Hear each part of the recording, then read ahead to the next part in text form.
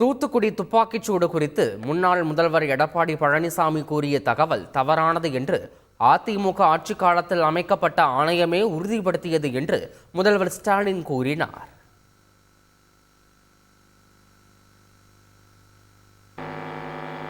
கடந்த அதிமுக ஆட்சியில தூத்துக்குடினால நமக்கு நினைவுக்கு வந்தது எது? துப்பாக்கி சூடு. 13 பேர் அநியாயமாக கொல்லப்பட்டதை மறக்க முடியுமா? அப்படி ஒரு மனிதநேயமற்ற கொடூரமான துப்பாக்கி சூட்டை நடத்தினவர் தான் பழனிசாமி. அடுத்து சட்ட ஒழுங்கை பாதுகாக்கக்கூடிய பொறுப்பில் இருந்த அப்போதைய டிஜிபி அன்றாட நிகழ்வுகளை முதலமைச்சருக்கு சொல்ற அப்போதைய உளவுத்துறை ஐஜி, இப்படி அரசினுடைய உயர் பொறுப்புகள் இருந்த அனைவரும் சொன்ன சாட்சியத்தை வச்சுதான் பழனிசாமிக்கு தெரிஞ்சுதான் துப்பாக்கி சூடு நடந்திருக்குன்னு ஆணையம் உறுதி பண்ணுச்சு.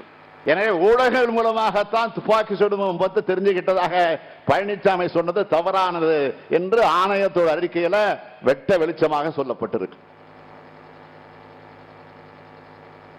இப்படி பழனிசாமியுடைய பொய் அம்பலப்படுத்தின ஆணையம் யாருடைய ஆட்சியில் அமைக்கப்பட்டது? ஆணையம் திமுக ஆட்சியிலேயா? இல்ல, அவங்க ஆட்சியிலே தான். அதிமுக ஆட்சியில் அமைக்கப்பட்ட ஆணையம் தான் அது. திமுக அரசு பொறுப்பேற்றதும் நீதியரசர் அருணா ஜெகதீசன் அவர்களோட இடைக்கால அறிக்கையில் தெரிவிக்கப்பட்ட கருத்துக்களின் அடிப்படையில் நம்ம கழக அரசு பல நடவடிக்கைகள் எடுத்துச்சு. கலவரத்தில் ஈடுபடாத நபர்கள் மீது பதிவு செய்யப்பட்ட 38 வழக்குகள் திரும்ப பெறப்பட்டுச்சு.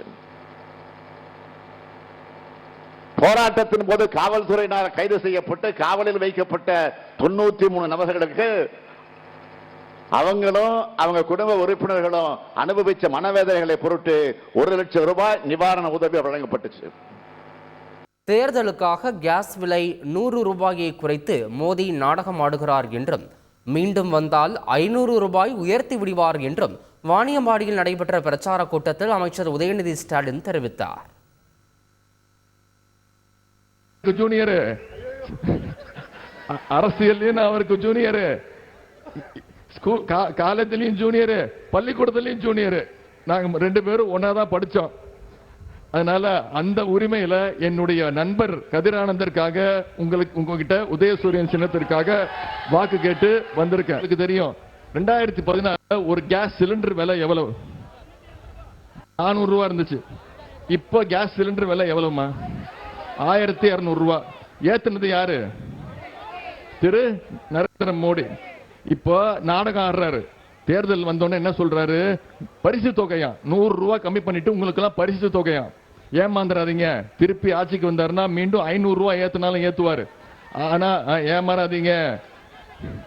இப்போ நம்முடைய தலைவர் அறிக்கையில உறுதிமொழி கொடுத்திருக்கிறார். என்னன்னா மீண்டும் நம்முடைய இந்தியா கூட்டணி ஆட்சிக்கு வந்ததுன்னா கேஸ் சிலிண்டர் விலை வெறும் 500 ரூபாய்க்கு கொடுக்கப்படும் நம்முடைய தலைவர் உறுதிமொழி கொடுத்திருக்கிறார். செய்திகளை உடனுக்குடன் தெரிந்து கொள்ள உடனே சப்ஸ்கிரைப் பண்ணுங்க.